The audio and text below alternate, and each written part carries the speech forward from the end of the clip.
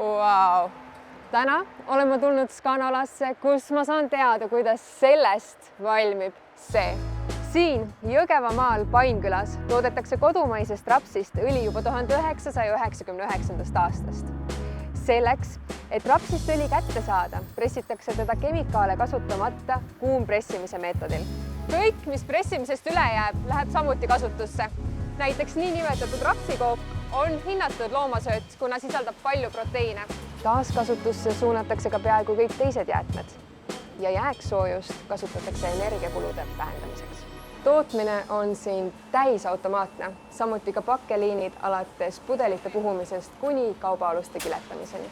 Enda jalajälje vähendamiseks on tehasel väikesemahuline päikesepark, palju tarkasid digilahendusi ja isegi põrandad hoiab puhtana robot.